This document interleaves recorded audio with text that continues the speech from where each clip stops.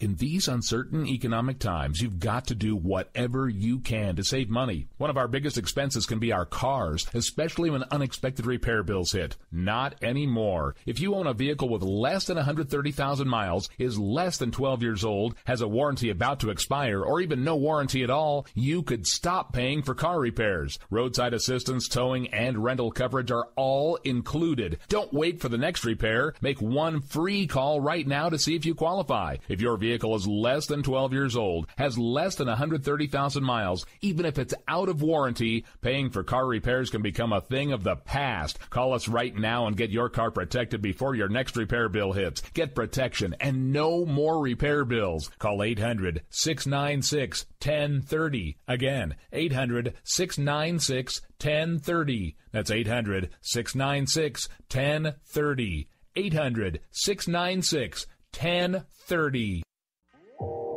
You are listening to KLRN Radio, where liberty and reason still reign. All writers are prone to becoming so attached to our characters and stories that we struggle to see why a passage may not be working. It takes another set of eyes to help us nurture our writing into full maturity. At Black Wolf Editorial Services, we strive to enable writers to develop and grow, shaping stories into masterpieces that can stand the test of time. Editing services are provided for all genres and all age categories. Services range from critiques of the short story through to line edits of the full-length novel and copy editing for those preparing for publication. We also offer assistance on generating a writer's bio for your websites, as well as help with those book blurbs and promotional material. We won't abandon you to the masses. We want to celebrate with you in your successes. Black Wolf Editorial Services, nurturing your writing into maturity. For a full list of services and prices, visit us at blackwolfeditorial.com. Individuals and businesses with tax problems, listen carefully. Do you feel like you're losing control over your finances? If you owe over $10,000 in back taxes or have unfiled tax returns, we can help you take back control. The IRS is the largest and most aggressive collection agency in the world, and they can seize your bank account, garnish your paycheck, close your business, and file criminal charges. Take control of your tax problems now by calling the experts at Tax Mediation Services and take advantage of the Fresh Start program and new laws that may allow us to negotiate a settlement for the lowest amount possible. Our team of tax attorneys and enrolled agents can stop collections and get you protected so you can take control of your financial future. Tax Mediation Services is accredited by the Better Business Bureau. Call now for a free case review and a price protection guaranteed quote. Call Tax Mediation Services now at 800-610-9050. That's 800-610-9050. 800-610-9050. KLRN Radio has advertising rates available. We have rates to fit almost any budget. Contact us at advertising@klrnradio.com.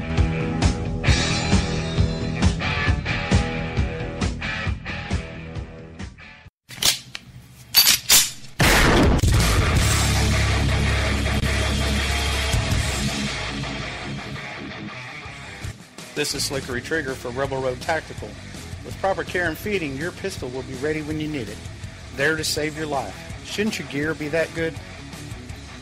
Whether you need a holster for comfortable everyday carry or a tough-as-nails holster for your next training course, Rebel Road Tactical has what you need. Check us out on the web at rebelroadtactical.com.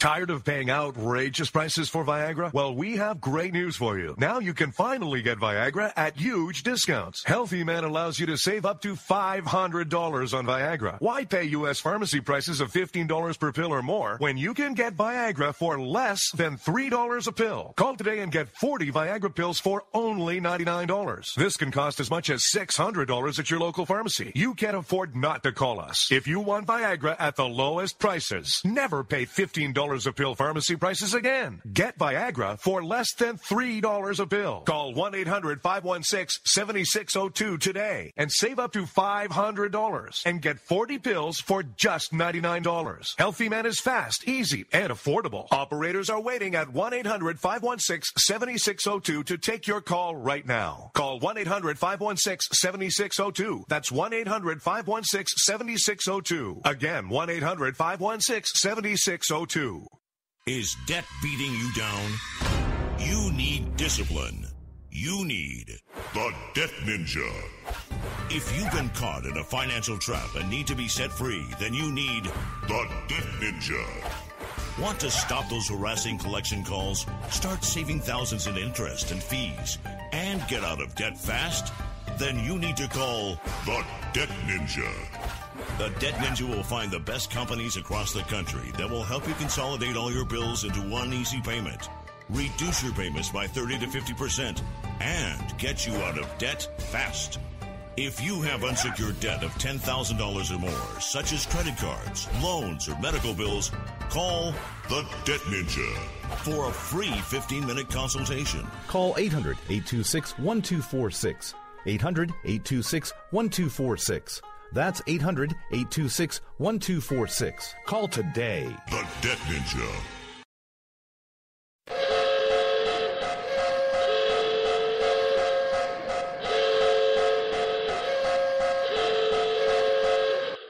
Ladies and gentlemen, may I have your attention please? America Off the Rails has been declared a conservatives-only safe zone. Only conservatives allowed from this point forward.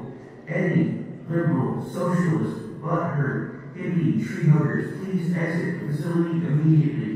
Again, attention please. America Off the Rails is now designated as a conservative safe zone only. All butthurt, tree-hugging, hippie, free-to-be, you and me types exit the facility immediately. Thank you.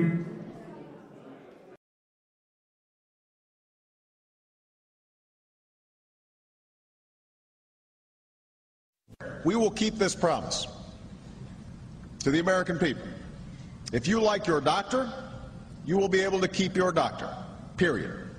If you like your health care plan, you will be able to keep your health care plan. Period.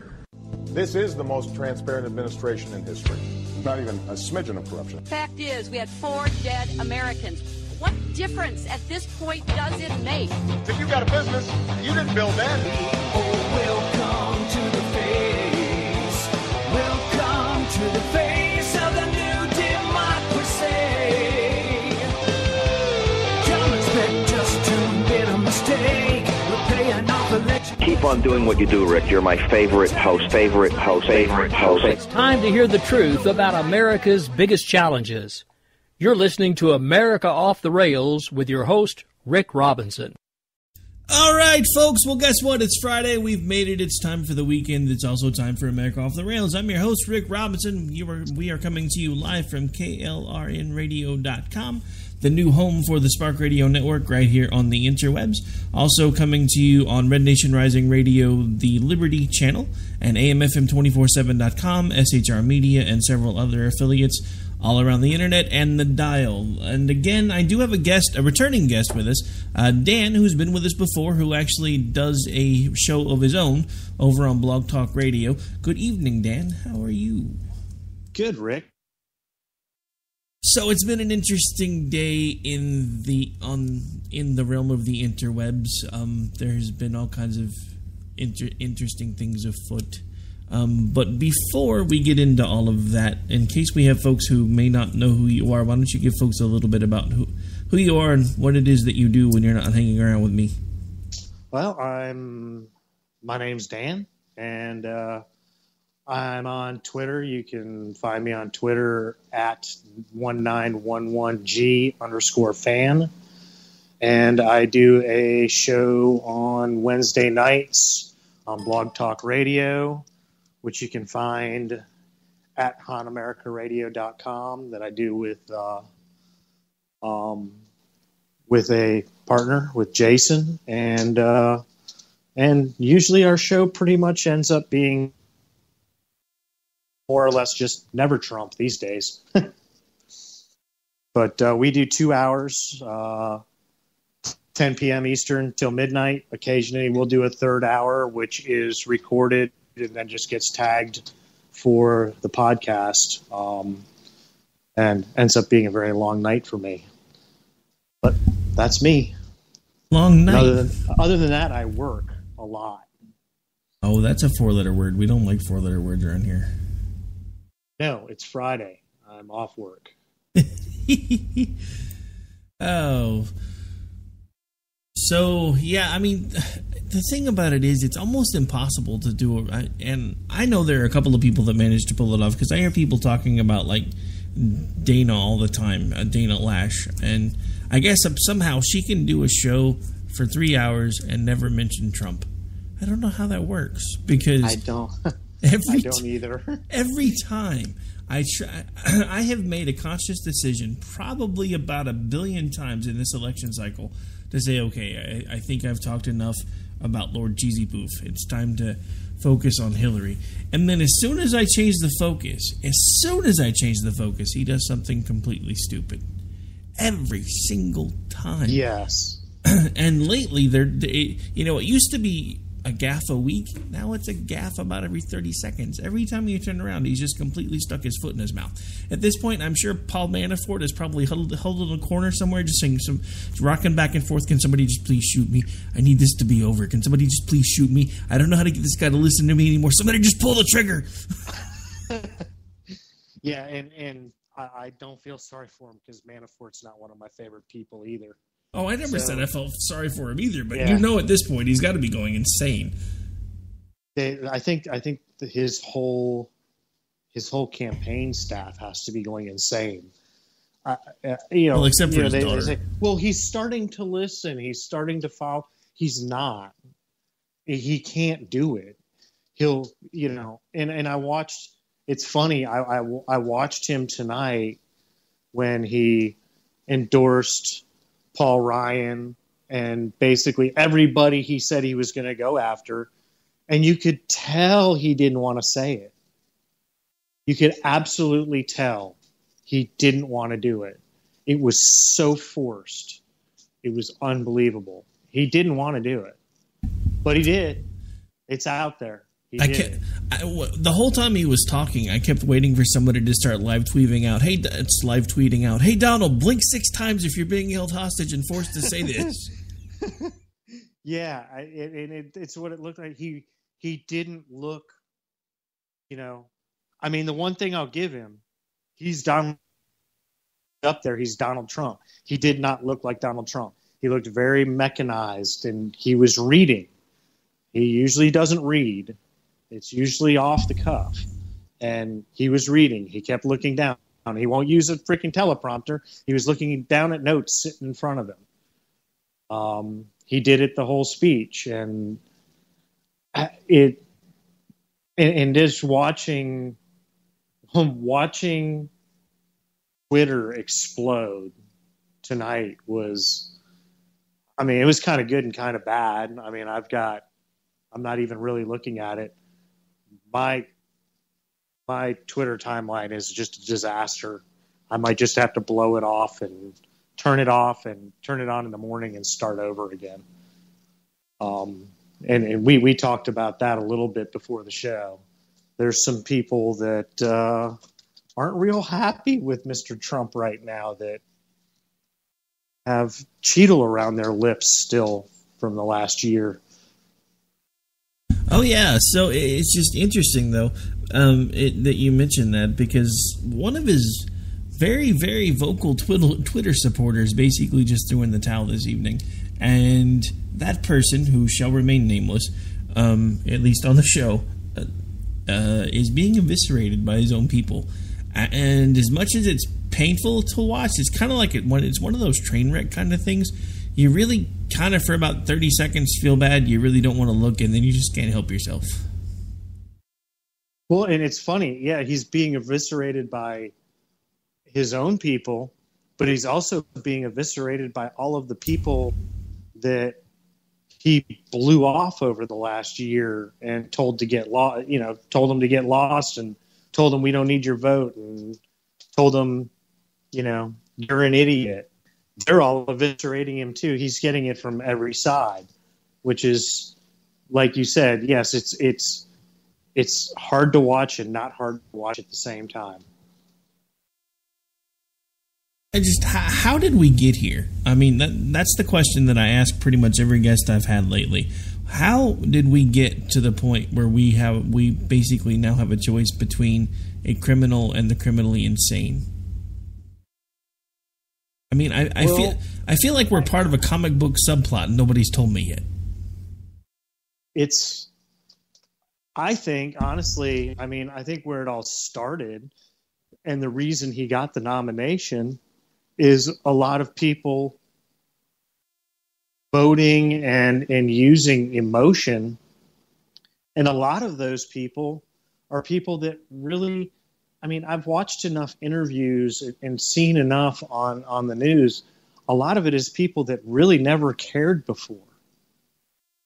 And part of you wants to say, well, that's great. You're getting involved in the process for the first time and you're 45 years old.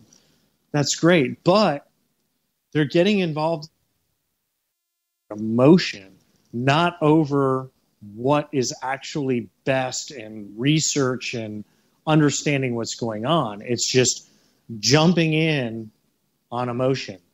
And that's not, everybody says, well, Trump has brought in so many new voters. Yeah, but they're all new voters that are all just jumping in on emotion. They don't know what's going on. They don't even understand the process in Congress and the Senate. They don't understand. Oh, these people, they all got elected and they didn't do anything. Well, there's a process. And if you look at what's happened between 2014 and now, really, they kind of shut Obama down. They might not have gotten anything passed, but they shut him down. He really didn't get anything done, which was supposed to be the goal. But everybody says, well, they didn't get anything done. Well, they didn't necessarily get anything done, but neither did he. And to me, that is kind of a win compared to, 2008 to 2014. And it's all emotion. It's all emotion driven. It's not thought driven. It's emotion driven. And that's the thing to keep in mind, and it's something that I didn't even really understand at first either, because I didn't realize how many people don't have any idea or any concept about how this country is actually supposed to work. Because we keep, and this was a common misconception even with me when I first started doing radio.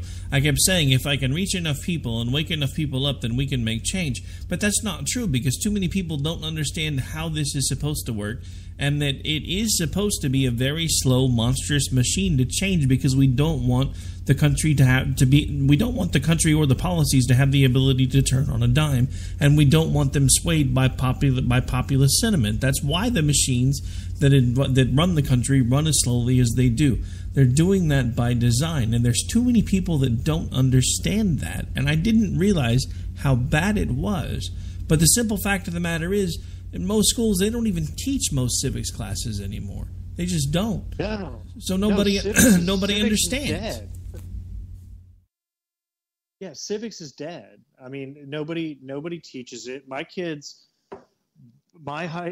high school offered civics, and my kids took it. But I talked to other people, and the high school doesn't even offer civics. How do you teach a kid how our civilization here in the United States runs if you don't teach civics? I don't get it. Well, the answer was in the question. They don't want us to understand how the system works.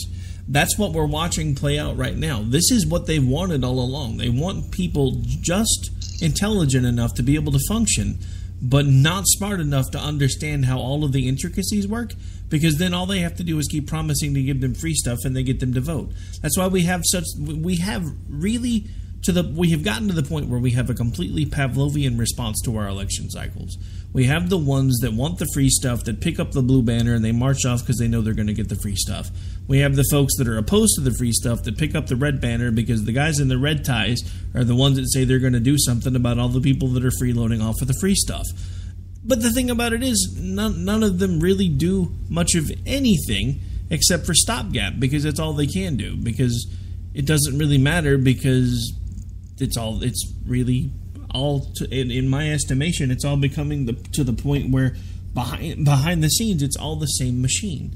And that's the thing that's the thing that for me has really been driven home this election cycle, and watching the vacillations with Trump and the Democrats trying to get Cruz to go after Trump for some of the things that he's said with the Russians and all of the other little intricacies that are going on behind the scenes that nobody's really talking about. We have really gotten to the point where we are a one-party system with two flavors. And it's all about the illusion of choice, not the actual choice. And the fact that Trump, the guy who said he was going to stand up against the establishment, is now either willingly or unwillingly being chewed up and spit out by the establishment, proves exactly how broken our system is. Absolutely. Trump is the establishment candidate that he said he was never going to be. And you're right. And you and I, we talk a lot.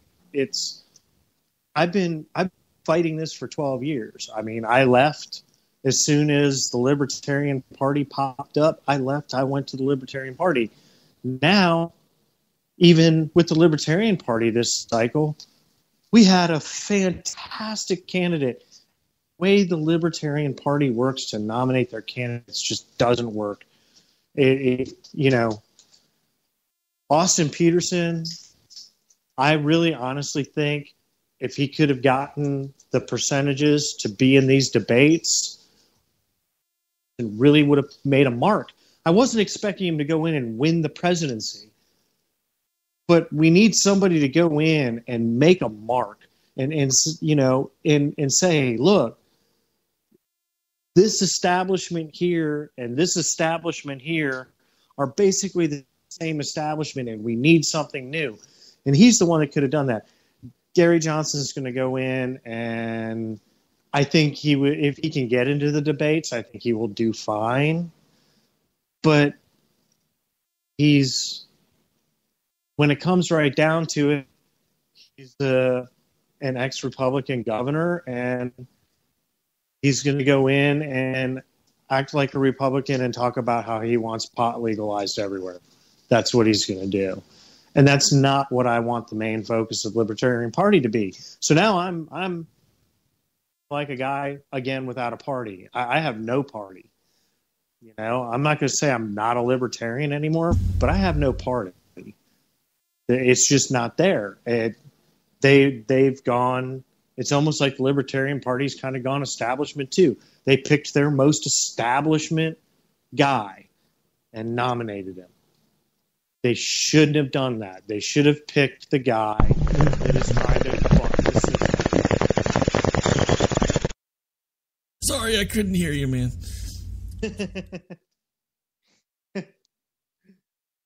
No, I mean, was it a good one? I wish.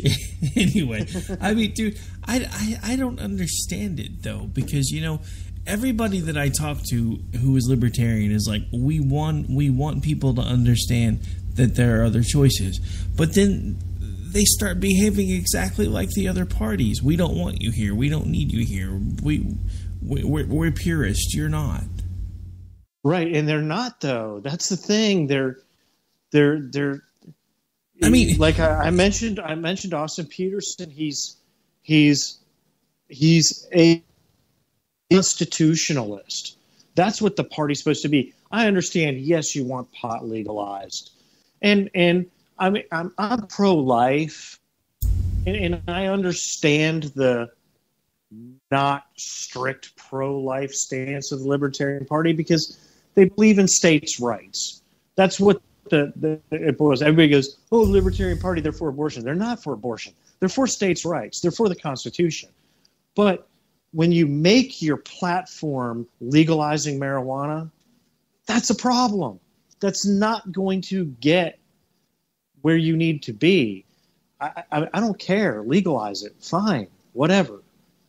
But you need to start making a stand against what the other two parties are doing and not just make a stand for, I want pot legalized, which is, Gary Johnson will sit there and say, I really believe he would literally go into a debate and say, yeah, well, I did 2 bong hits before I walked out here on the stage.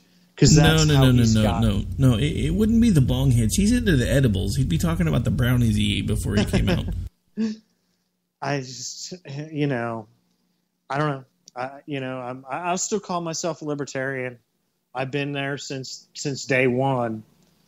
But at this point, I really honestly feel like I don't have a party. Well, welcome to my world. I haven't felt like I've had a party for quite a while either. And then I had already started flirting with the idea of libertarianism. And, a lot of conservatives, we talk about being like more maybe a libservative or conservatarian because we're kind of what we really, and some of us of the newer generation of conservatives, we actually are kind of a blending. We want the more fiscal conservative stuff. We're still pro-life, but in a lot of other ways, if what you're doing in your own bedroom doesn't affect me, then I really don't care, as long as I don't have to see it on every freaking channel or see it every time I come out my door. I don't really care. And that even drives my wife crazy, because my wife is a staunch conservative when it comes to that type of stuff. She's like, I don't understand why you don't have a problem with that. I don't have a problem with that because it doesn't have anything to do with me. That's why I don't have a problem with that. What I have a problem with is when you start trying to force things like gender-neutral bathrooms and all of the other things that they're now doing, because every time we get to the point where we concede a point with the more radical folks, they push it just as much further as they can. I've seen more and more stories now being floated about pedophiles that are now trying to say that they're just like homosexuals, that they were born that way, it's not their fault, and they should be allowed to love who they want to love. And I knew those days were coming, and nobody wanted to listen to me. Because we have to decide at some point when we're going to stop letting society push the envelope. There has to be a point where we stop. Because otherwise, if we have no moral center, then how does that work? We wind up exactly where we are right now. We have someone who should be in jail running for president. We have someone who should be institutionalized running for president, and those are our two main choices. And then we've got the guy that wants to sit in the corner munching on brownies on the other one. Exactly. And I'm right on board with you there. I don't care what you do. That's why the Libertarian Party is called what it is. It's liberty. You do what you want to do, and you don't force your beliefs. You don't force anything on me. Perfectly fine if you want to be I'm a Christian. If you want to be agnostic, great. If you don't want to believe at all, great. That's your business. Don't try to force it on me. I do not try to force Christianity on anybody else. I'll tell people that are having issues that you'll be in my prayers. And if that offends them, that's their problem. But I'm not trying to say you need to be Christian so that I can pray for you, and it's all about liberty. That's what I'm about. I do what you want to do, and I want the government to give me nice roads and have a military. That's it. I don't see what's wrong with that. I thought that's what this country was kind of built on. Give me infrastructure. Give me a military, maybe a slight bit of welfare for people that hit hard times. But other than that, pick yourself up by the bootstraps and go out and work. I mean, I've always said it. I work hard. I have a good job. If I lost, I'd work 2 crappy jobs to make sure my kids were freaking supported. That's the way it works. You don't lose your job and go, oh, okay, well, I'll just sit around until something comes along. It's not the way it works. 50 weeks of unemployment, man. Woohoo! Right. Oh, sorry. Yeah, that's not... I couldn't do that. I just couldn't do that. I mean, I took unemployment once, and I was on it for a week and a half. A week and a half, because I didn't want to be on it. I needed to be on it because I needed the money. And I told myself, you have a month to find a good job.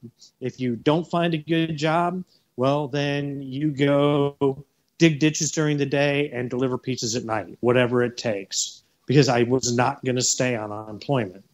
I didn't feel – it made me feel dirty. But see, that's the thing. That's the difference between – I mean, you and I are a little bit apart in age, but not terribly apart. So that's kind of the difference between your generation and our generation and the ones now. They don't have any shame in it. I remember the first time I had to use a food stamp card. I was completely beside myself that I had to actually depend on the government to put food in my mouth. And I did everything I could to fix that as soon as I could. I mean, and not even just the food stamp card. I mean, the first time I ever used food stamps was back when they were still paper. I honestly think those things should still be paper, because there was something a lot more shaming about having to go in there and pull out your little blue book, and you're pulling out these little coupons made out that look like Monopoly money to pay for your food. Because I got to tell you, when it was like that, I think I used it for maybe 2 weeks before I went and got a job. When they changed over to the card, I kind of caved there for a little bit. And I was like, not so bad. It looks like a credit card now. Yeah, that's right. And you swipe your card, and it looks like everybody else using their debit card at the grocery store. Pretty much. And, I mean, and that's the thing. When did shame become a bad thing? I don't know. I mean, I have a real close friend of mine, and I mean, got real sick. I mean, almost died sick. Had his own business, lost his house, lost a car, lost everything. His wife was working as much as she could and trying to take care of him. And he was mortified using an EBT card at the grocery store. Absolutely mortified. Once he was back on his feet, obviously they're trying to get things going. He still couldn't work. I went out to see him, and we went to the grocery store, and we went to the grocery store, and I paid for a week's worth of groceries for them, because we got the shopping cart full, and I could see him walking up there, and he was dreading going up there and using his EBT card. I was like, dude, don't worry about it. Just put it away and save it, because you all are going to need it anyway. Because he was mortified. He was just absolutely mortified doing that. Now he's back on his feet. Everything's working great. Everything's going great. He's working. They're off all that. But see, that's what it's supposed to be for, is situations like that. That is what it's supposed to be for. It's not supposed to be, it's generational now. You have families that are like third generation now, and all three generations have been on welfare. And it's not even just welfare anymore. I know like families that have been 3 generations in on Section 8 housing. They've been 3 generations in on food stamps. They've been 3 generations in on state supplemental assistance. All of it, and it's become their economy. That's how they survive. The government picks up the majority of the tabs. And what makes most of us angry about that is not the fact that people need the help. It's the fact that the people that are like that, where if you really add up all of the different services that they're taking advantage of, it's like they're getting about $70,000 a year in annual income, while we're killing ourselves to get anywhere from 40 to 50. Exactly. And, I'm at a point now where, this year I got a raise. It was a decent raise. It wasn't massive, but I haven't had a raise in like 3 years. So I haven't had a raise in 3 years. I get a raise this year, but because of the situation with ACA, Blue Cross Blue Shield raised our premiums 40% at work. So now the boss came back to us and said, well, I can't afford it, so you all are going to have to cover the rate.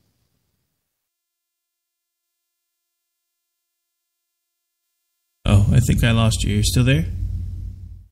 paying out is more than my raise was. So I actually got a decrease in pay this year. So, nice. So you got a raise, but thanks to Obamacare, you lost your raise. That's awesome. Correct. I lost my raise plus about $30 a month. Nice.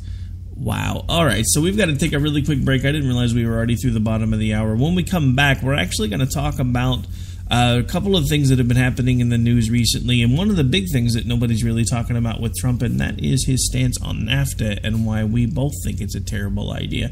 This is America Off the Rails. We'll be right back here in a couple of minutes. Got to pay some bills.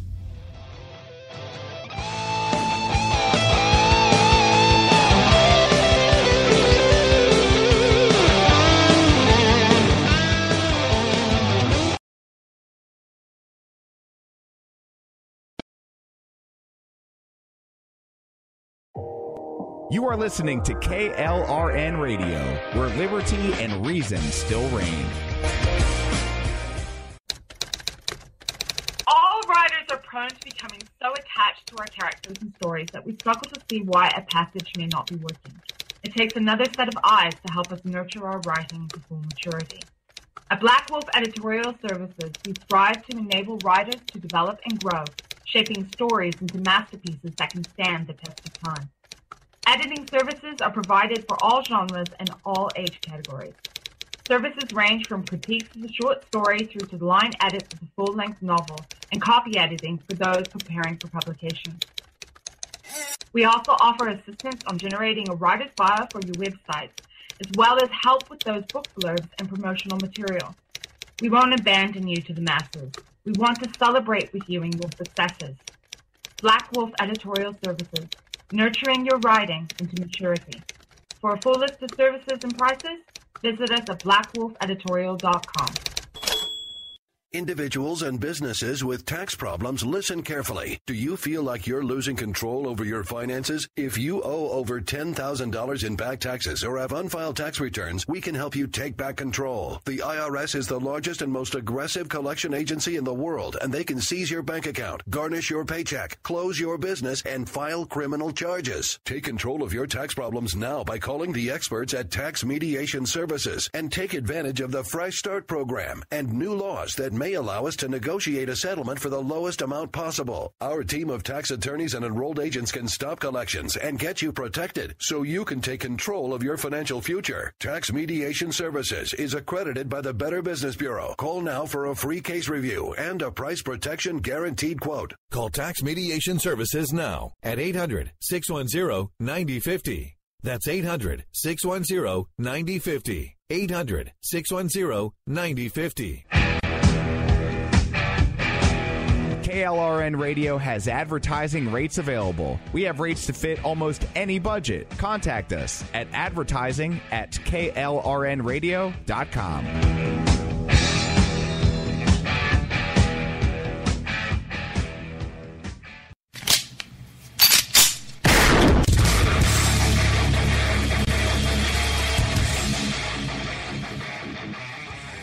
This is Slickery Trigger for Rebel Road Tactical. With proper care and feeding, your pistol will be ready when you need it, there to save your life. Shouldn't your gear be that good? Whether you need a holster for comfortable everyday carry or a tough-as-nails holster for your next training course, Rebel Road Tactical has what you need. Check us out on the web at rebelroadtactical.com. Tired of paying outrageous prices for Viagra? Well, we have great news for you. Now you can finally get Viagra at huge discounts. Healthy Man allows you to save up to $500 on Viagra. Why pay U.S. pharmacy prices of $15 per pill or more when you can get Viagra for less than $3 a pill? Call today and get 40 Viagra pills for only $99. This can cost as much as $600 at your local pharmacy. You can't afford not to call us. If you want Viagra at the lowest prices, never pay $15 a pill pharmacy prices again. Get Viagra for less than $3 a pill. Call 1-800-516-7602 today and save up to $500 and get 40 pills for just $99. Healthy Man is fast, easy, and affordable. Operators are waiting at 1-800-516-7602 to take your call right now. Call 1-800-516-7602. That's 1-800-516-7602. Again, 1-800-516-7602.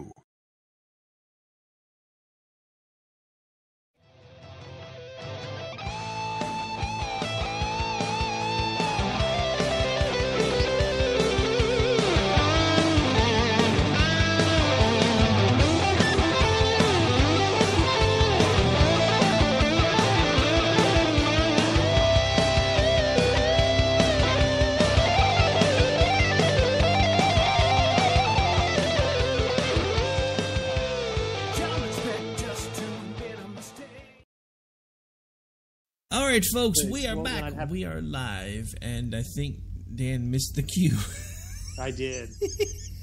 It's all right. It's my bad. We were talking. I didn't want to cut you off too early, but I tried to turn the sound up, I hoped, early enough that you'd realize we were about out of time for the break. Anyway, we are back. We're into the last half of the show already, and there was something that we definitely wanted to make sure that we touched on tonight, because I don't know if anybody else is really talking about this yet. I've seen bits and pieces about it, but I haven't really delved too much into it lately, because it's really only come out in the last couple of weeks, and it's been way too much fun watching the Trump campaign and the Trump supporters start turning on one another and eating themselves. But apparently, one of the things that Trump has said recently is that if he were to be elected president, he would find a way to do away with NAFTA. Now, as much as I'm not really a fan of the whole concept of NAFTA, the simple fact of the matter is it's done a lot more good than harm. And removing it will do a lot more harm than good. Dan, you were actually talking about that a little bit off air, so why don't you go ahead and share some of the things that you had shared with me about that particular gem and what would happen if it's suddenly removed from our arsenal, so to speak. Well, yeah, I'll start with Texas. I mean, a huge chunk, or should I say huge chunk of the economy in Texas depends on NAFTA. It's, you know, they're a major port, and you know, everybody's wondering, well, why is Texas going so blue now? You know, it's not blue yet, but it's getting there. It's gone kind of purple, at least as far as presidential campaign is going, and it's because Trump came out and said that he would do away with NAFTA. NAFTA is probably, you know, a good, I don't know the exact percentages, but I would say probably 50 to 60% of the economy of Texas depends on NAFTA. And I live in North Carolina, and we here in North Carolina, we are the manufacturing hub for Freightliner, who is the biggest truck manufacturer in the world. And a few years ago, North Carolina spent millions of dollars to keep Freightliner here and keep them from moving to Mexico. But they have said that without NAFTA, it's going to hurt truck sales. And they have said that if NAFTA goes away, then Mexico, and they are a huge part of the.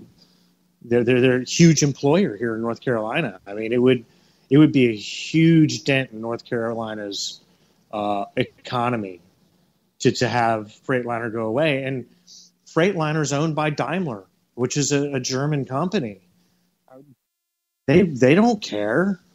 I mean, to them, they're just moving their facilities from one foreign country to another. You know, it really doesn't matter to them. I have friends that work for Freightliner as project managers and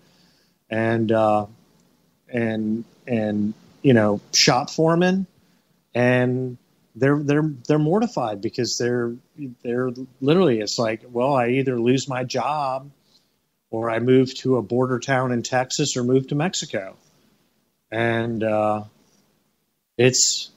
NAFTA going away would be a big deal, and that's part of what is turning these states blue. And people don't understand it. You know, people tell me I'm an idiot. North Carolina can't be going blue. Well, I'm here. I'm watching it. They talk about it here locally. North Carolina has gone blue. It not necessarily with the local races, but with the national races, it absolutely is going blue. And that's the thing that no one understands.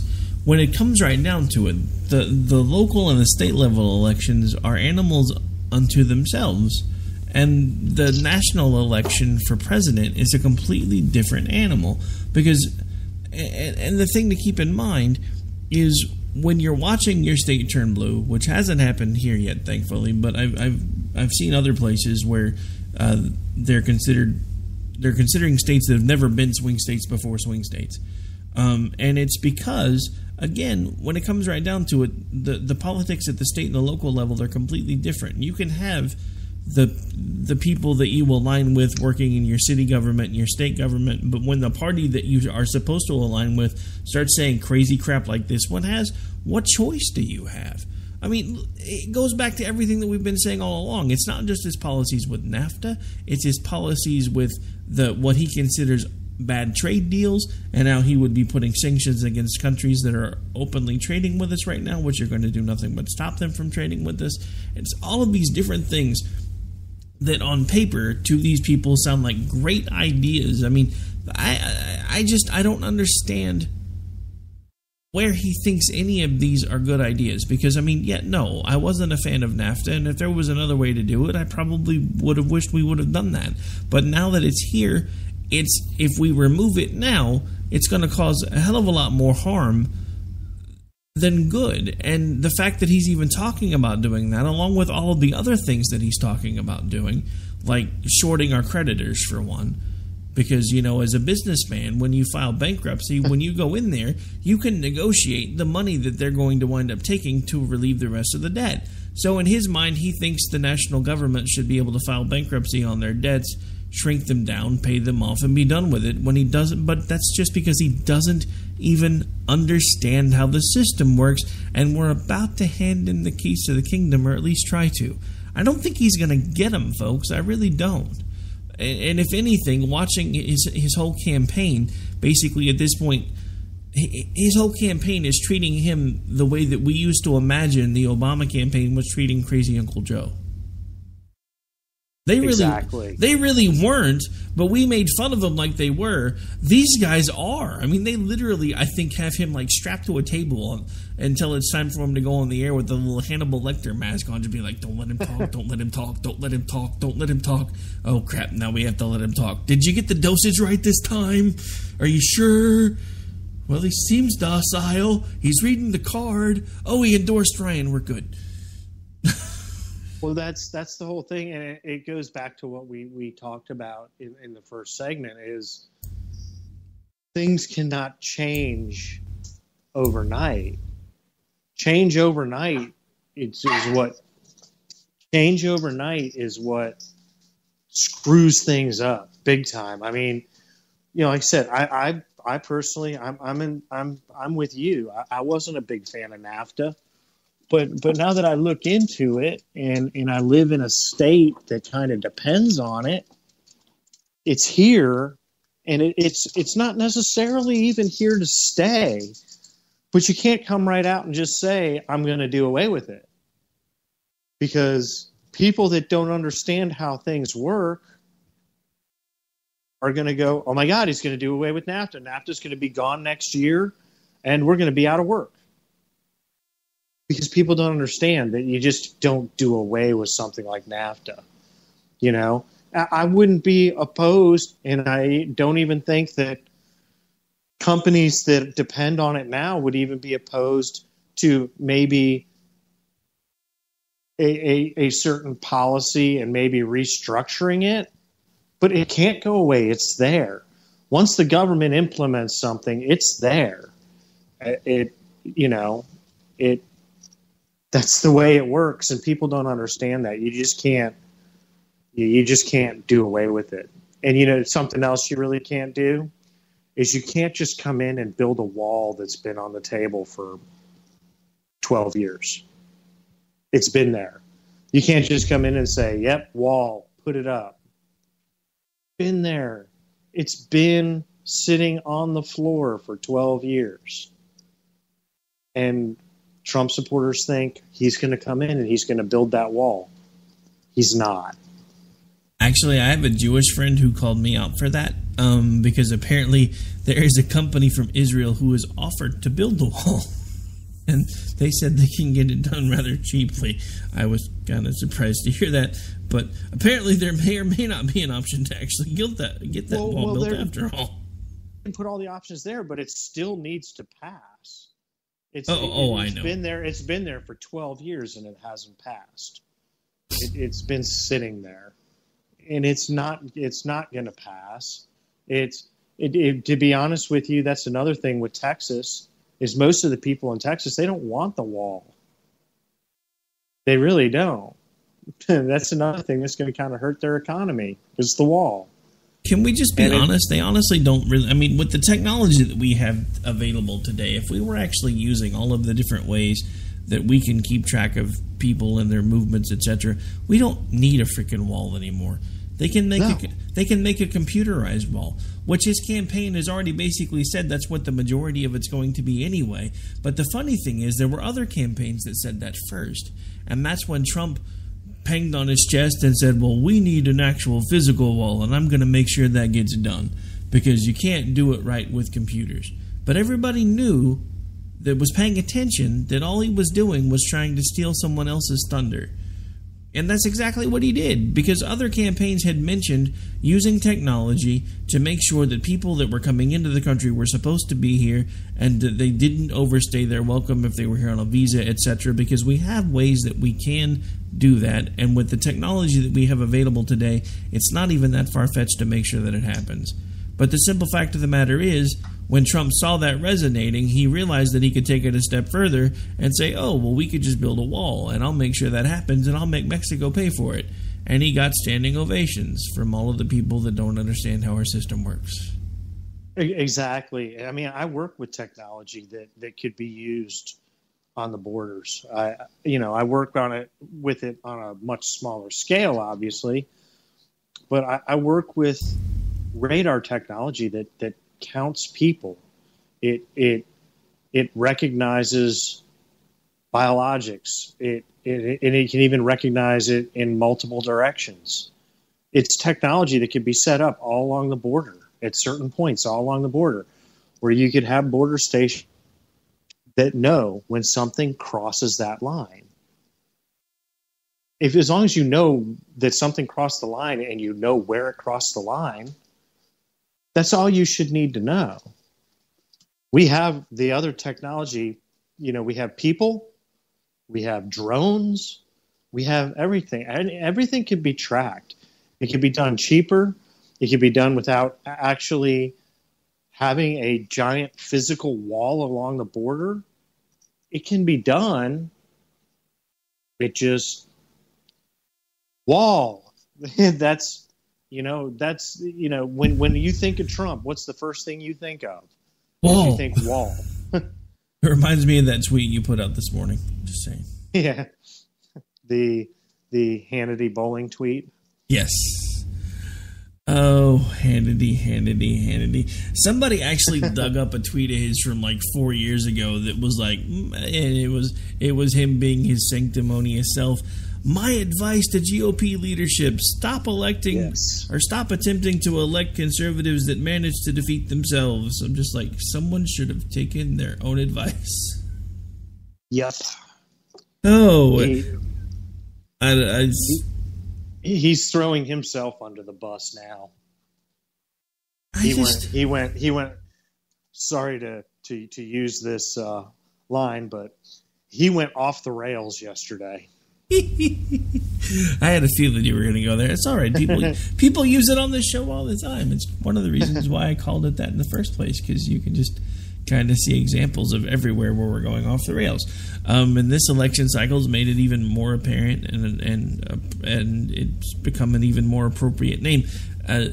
That was actually one of the first ironies of this election cycle. I host a show called America Off the Rails, and as soon as the Trump camp picked up steam, the first thing they decided to call themselves was the Trump train. Let that sink in for just a second. I'm just saying. It kind of made you happy, didn't it?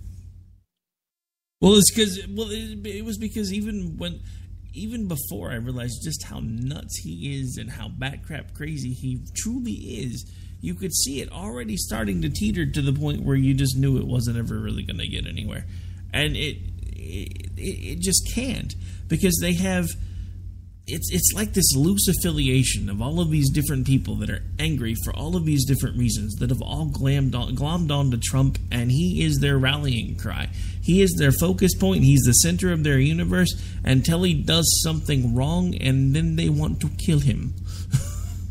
Yeah, but that's where it's getting to now. But for months now, it's been he'd do something, and it's been, well, this is why. It's always excuse making. No, that's not really what he meant.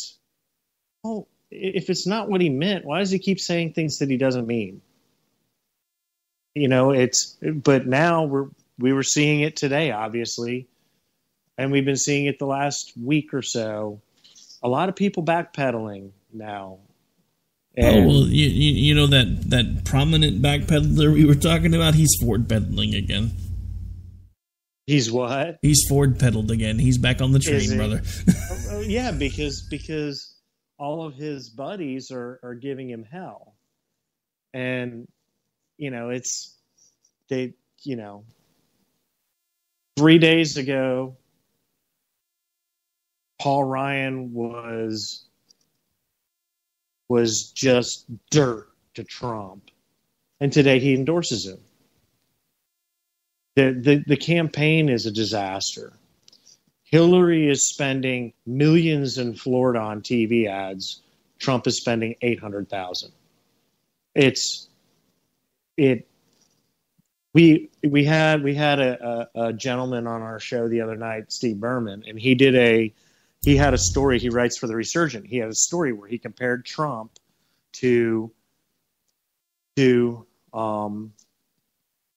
Guy Fieri over at the Food Network, and how Guy Fieri really made his shows.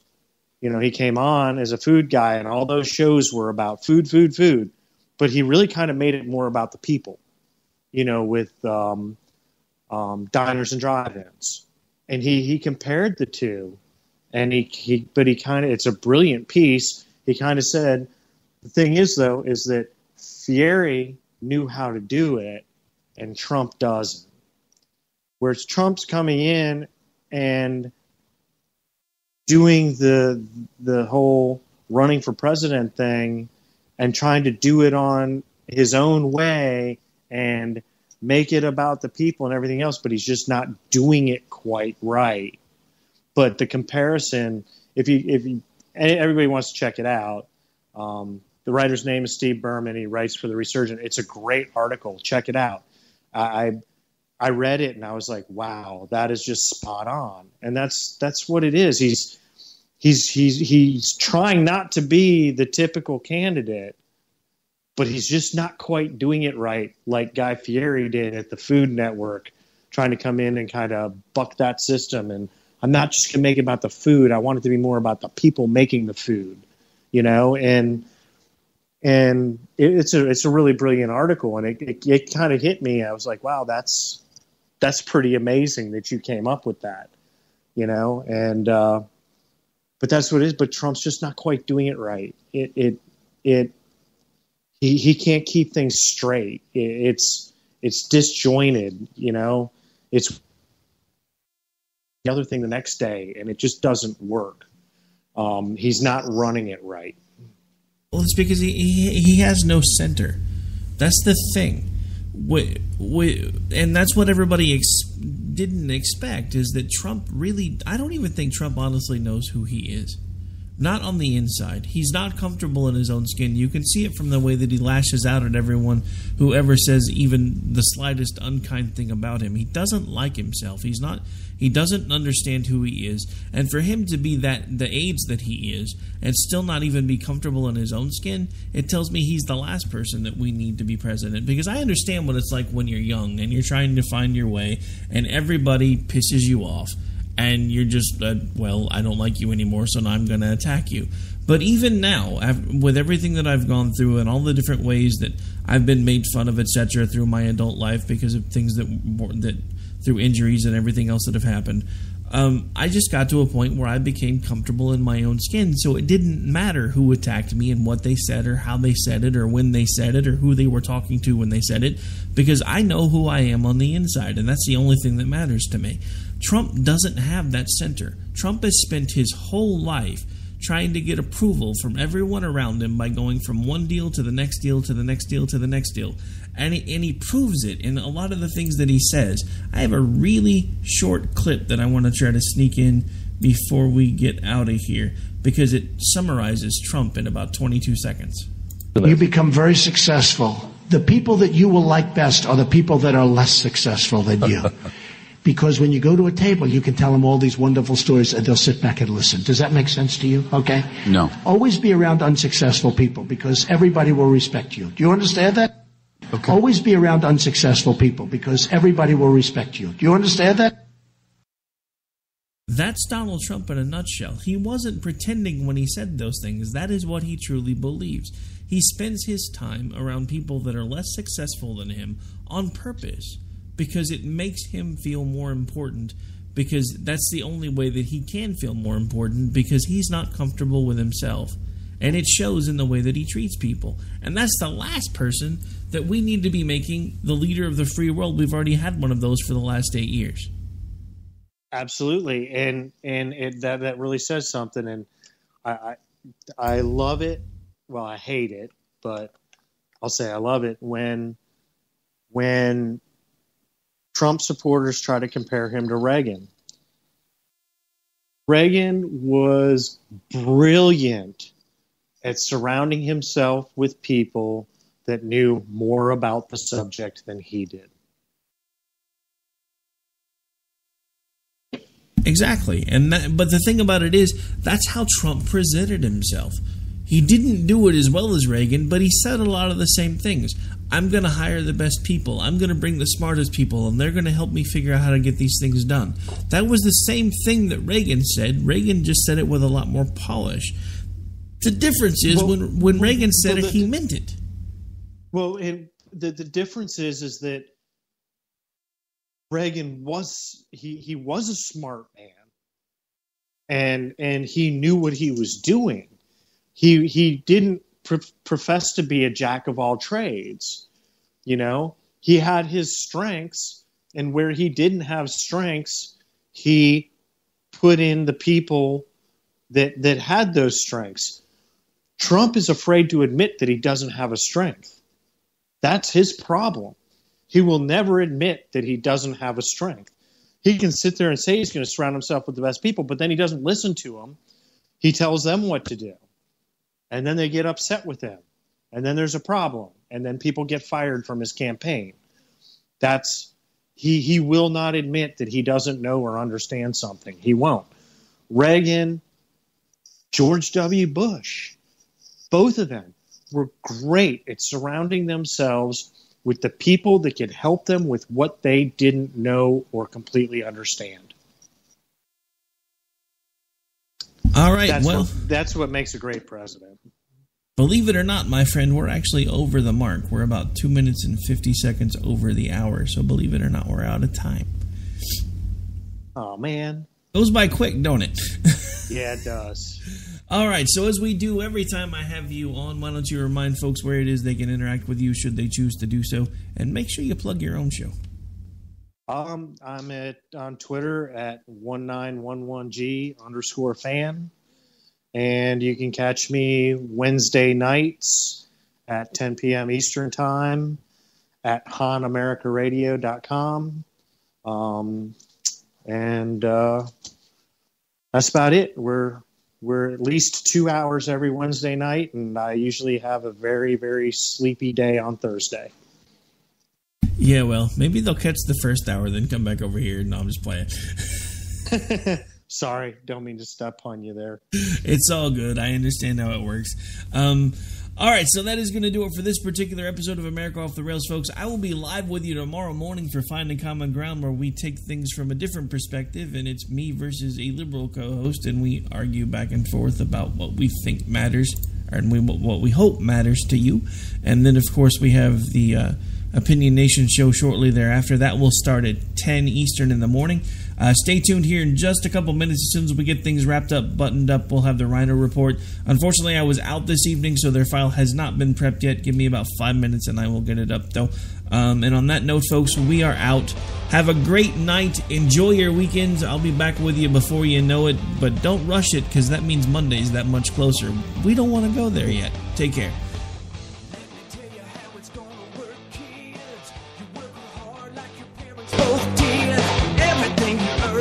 Breaking your back when we make our pay tax. Hey, sit back down. Don't.